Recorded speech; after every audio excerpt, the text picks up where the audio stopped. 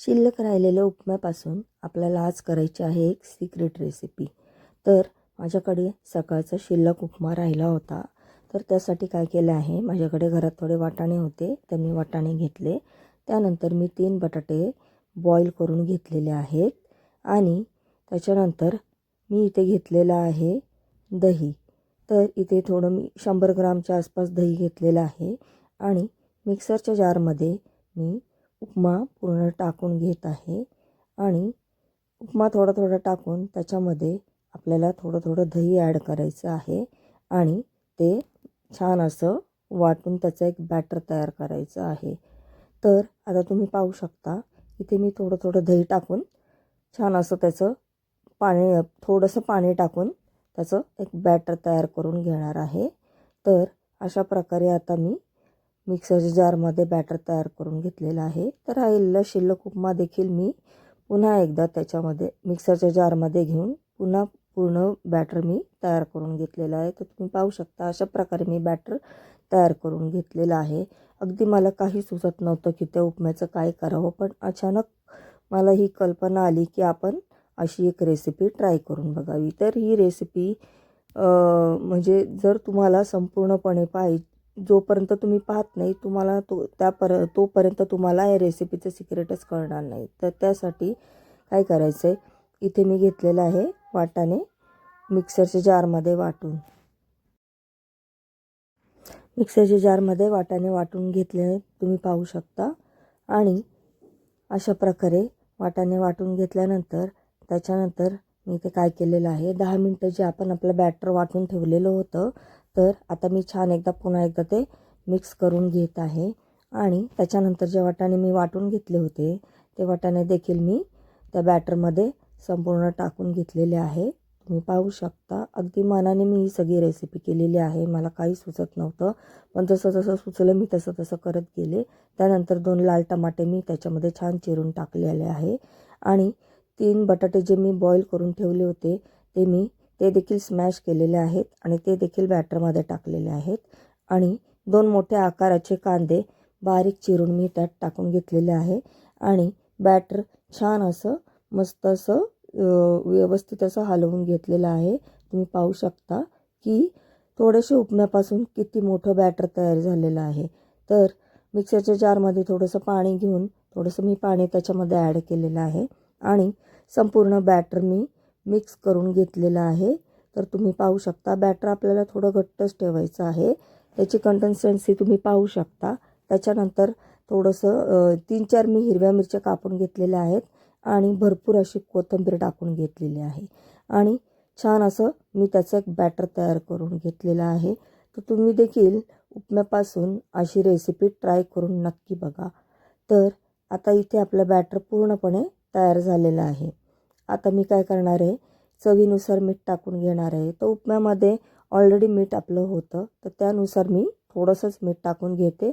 हवा असेल तर तुम्ही टेस्ट करून बघू शकता, कमी जास्त मीठ असेल तर तुम्हाला हवा असेल तर परत वरून टाकू शकता। त्यानंतर इथे मी घेतलेला आहे अर्धा चमचा खायचा सोडा। तर खायचा सोडा टाकून त्याच्यानंतर अजून थोडंसं पाणी मी ॲड केलेलं आहे आणि संपूर्ण बॅटर मी असं छान असं तयार करून घेतलेलं आहे। तर तुम्ही पाहू शकता बॅटर किती मस्त आपला तयार झालेला आहे आणि बघा इथे मी पहिला डोसा टाकलेला आहे, तर किती छान असा डोसा आपला दिसत आहे। तर अशा रीतीने मी थोडंसं जरा प्रयत्न केला काहीतरी वेगळं करण्याचा, पण मला वाटलं पण नव्हतं की इतकं छान ह्याचे डोसे तयार होतील, पण इतके सुंदर आणि अप्रतिम डोसे तयार झाले ना की तुम्हाला काय सांगू, अगदी जाळीदार मऊ आणि लुसलुशीत।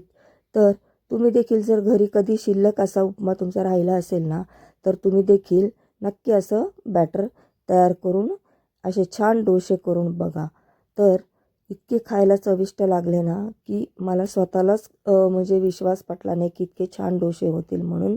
तर तुम्ही पाहू शकता अशा प्रकारे मी एक एक करून सर्व डोसे करून घेत आहे।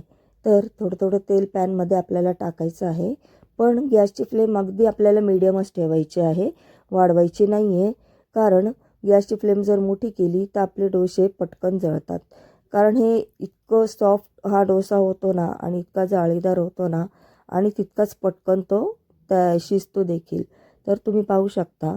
आता इथे मी बॅटर टाकल्यानंतर त्याला हलवायची देखील जास्त पसरवण्याची देखील गरज नाही आहे. व्यवस्थित असं ते आपोआप पसरतं आणि त्याच्यानंतर त्याला जे बबल्स येतात ते बबल्स येणं थांबलं की त्या डोश्याला छान अशी जाळी येते. तर तुम्ही डोश्याचे किनार बघू शकता. डोश्याची किनार आपल्याला जर लाल लाल अशी दिसायला सुरुवात झाली तर समजायचं की आपला डोसा खालून शिजलेला आहे. त्यानंतर तुम्ही अलगद तो पलटून घ्यायचा आहे. अशा प्रकारे तर तुम्ही पाहू शकता किती मस्त आपला डोसा झालेला आहे. तर अशा प्रकारे अलगद थोडं थोडं असं आपल्याला प्रेस करायचं आहे उलटण्याच्या साहाय्याने आणि त्याच्यानंतर आपल्याला तो डोसा पलटून घ्यायचा आहे. तर पाहू शकता किती मस्त आपला डोसा तयार झालेला आहे. अगदी मी टाकलेले असे त्याच्यामध्ये टमाटे, परत शिजलेला बटाटा, कोथिंबीर, हिरवी मिरची, इतकी सुंदर त्याची चव लागली की तुम्हाला काय सांगू. आमच्या घरात देखील सगळ्यांना खूप हे डोसे आवडले आणि एक देखील डोसा आमचा शिल्लक राहिलेला नाही आहे. तर तुम्ही देखील कधी असा उपमा शिल्लक राहिला ना तर ही रेसिपी नक्की ट्राय करून बघा. आणि खरोखर ही एक माझ्यासाठी तरी सिक्रेट रेसिपी आहे, कारण मी कधी विचार पण केला नव्हता. मी फक्त एक प्रयत्न केला की आता इतका आपला उपमा शिल्लक राहिलेला आहे तर आता त्याचं काय करावं. तर माझ्या मनात एक कल्पना आली आणि मी खरोखर हा प्रयत्न करून बघितला आणि तुमच्यासाठी ही रेसिपी घेऊन आले. तर खरोखर तुम्ही देखील ही रेसिपी ट्राय करा. खायला अतिशय चविष्ट आणि उत्कृष्ट असा हा डोसा तयार झालेला आहे. कारण मी स्वतःच शॉक झाले की इतका छान उपम्यापासून डोसा होऊ शकतो. तो पाहू शकता. वेळेवरती जर आपण डोसा आपला पलटी केला नाही तर किती पटकन तो डोसा शिजतो. त्यासाठी आपण पटकन आपली किनार डोशाची जरा लालसर दिसली की पटकन उलटायचं, नाहीतर असं पटकन तो शिजून डोस्याला काळसरपणा येतो. तर बघा, पाहू शकता किती मस्त आपले डोसे तयार झालेले आहेत. तर अशा प्रकारे मी डोसे तयार करून घेतलेले आहेत. तुम्ही देखील ही सिक्रेट रेसिपी नक्की ट्राय करून बघा. तुम्हाला नक्की ती आवडेल. तर पाहू शकता किती मस्त आपले डोसे तयार झालेले आहेत. अगदी जाळेदार, लुसलुशीत आणि अगदी चविष्ट. आणि तुम्ही हे डोसे दह्याबरोबर पण खाऊ शकता किंवा चटणीबरोबर पण खाऊ शकता आणि सॉसबरोबर देखील अगदी अप्रतिम हे डोसे लागलेले आहेत. तर इथे मी थोडंसं टेस्ट करून बघितलं आहे आणि इतकी अप्रतिम त्याची चव झालेली आहे की तुम्हाला काय सांगू. तर फ्रेंड्स, तुम्ही देखील असे डोसे नक्की तयार करून बघा. आणि कधी आपल्या घरात असा उपमा शिल्लक राहिलेला असेल ना तर ही रेसिपी नक्की ट्राय करून बघा आणि मला नक्की कमेंट्स करून सांगा की तुम्हाला ही रेसिपी कशी वाटली. तर भेटूया आपण पुढच्या रेसिपीमध्ये. बाय.